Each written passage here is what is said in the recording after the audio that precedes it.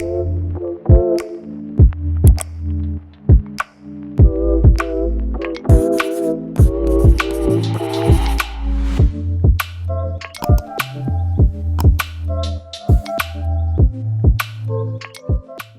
everybody. Thank you for joining today's Jira training session. Today, I'm going to be walking you through the process of how to get a new issue type created and also how to add that into your project in Jira. So, before we start, if you haven't subscribed to my channel, please remember to subscribe.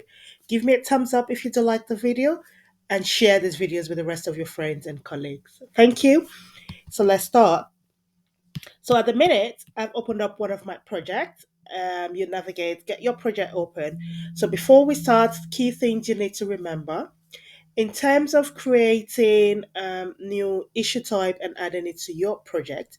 Not everybody can go into the application to get one created.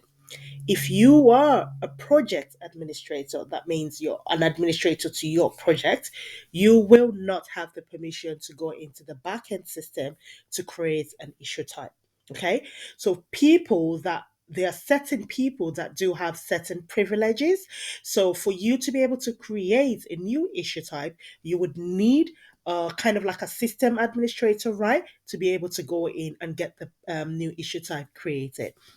So I've got one. So for people that do have the permission to do that, if you're set up that way in your organization, follow the steps. So you would need to go into the setting part of your project, which you can find at the top right side of your screen where you can see the cogwheel.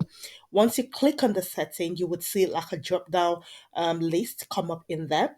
At this point, we're going to be clicking at issues. Once you click on issues, that will take you to all the issue types that we have in the system. Okay, so if you look at the left hand side of your screen, you would see that you have access to the issue type hierarchy, you have access to the schemas, to the workflow, to your screens, and everything.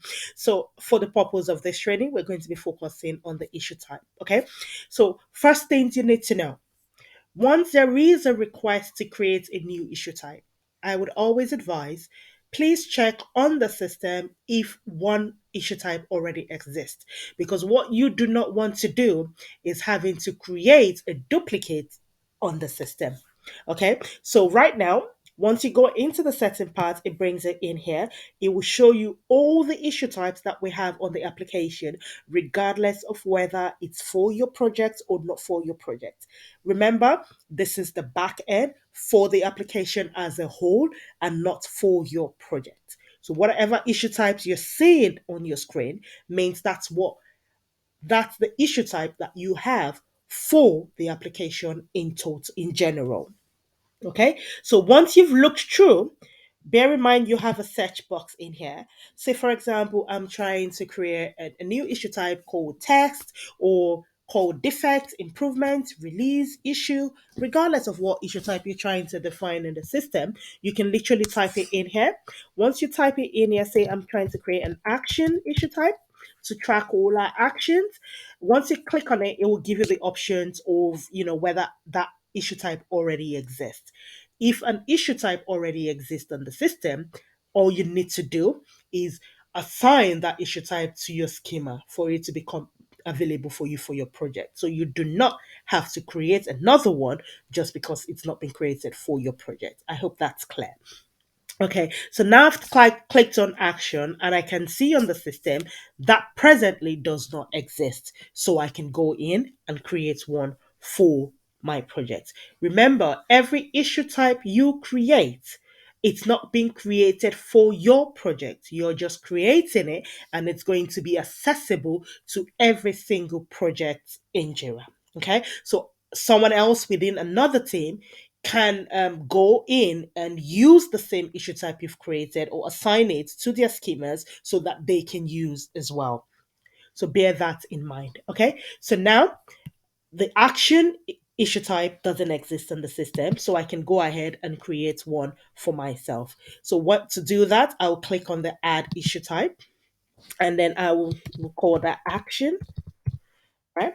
There are two types of issue type. So you have the standard issue type and you have the subtax, right? The subtax are kind of like a smaller piece of work that, you know, for example, you've got a lot chunk of work, like you've got loads of stories that you need to do, and you're further trying to break that down into like a checklist that you want to have to make sure that something, this has been done, and you kind of like have a checklist.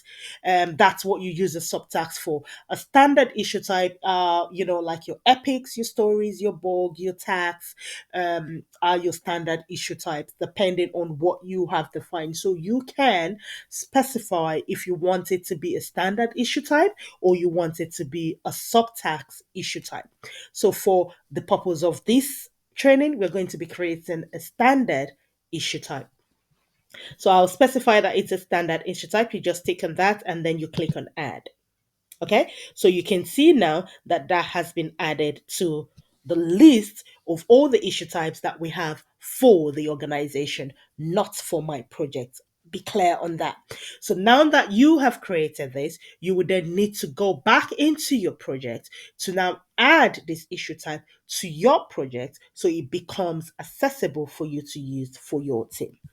So if you go in here, you can see it comes with like a grayed out icon. So you can click on edit in here, the three dots at the top side here, and then you can change the image. So if you don't want it to be like a plain color, so if you click on select image, it gives you loads of other options, and you literally can choose whatever icon you want, and then you click on update. So once you've done that, you can see it's gone back from the plain blank one that we have to an action orange color that we want. So now that I'm done creating the issue type into the system, I would need to navigate back to my project to now assign it to my issue type schemas. So if you're not familiar with the system or with the application, I would suggest you go back into your project. You go back to the project setting for your project, because that then takes you to the project setting for your specific project. So you can see there are two different things. There is a setting for the application for itself, and there is a project setting for your individual project. Every single project in your organization could be set up to have different configuration. Okay, so you're going into your project setting, and bear in mind, if you are an administrator to your project, you would be able to go into the project setting for your project to make further changes to it if you require. So I'm clicking on that, and then I'm going to be clicking on the project setting, and then I'm going to be going to the types, which is the issue types that I have for my project. Okay, so now in this case, I'm going into the action bit, because I remember I already have certain issue type and I requested for a new issue type to be added to mine, which is the action. So now the issue type has been created into the system. I'm trying to get that issue type now added to my schemas so it becomes accessible for the rest of my team. Okay, so now I'm going to be going into edit issue type. Okay, and then you can see in here, I can see all the issue types that I presently have in my schema, and then I'm trying to add one more, which is the action. So all you need to do is drag from the available issue types and add it to the current schema, and then I save. So once you save, you know, now it becomes available for everybody within your team to be able to use, and it becomes available for everybody to be used within your project.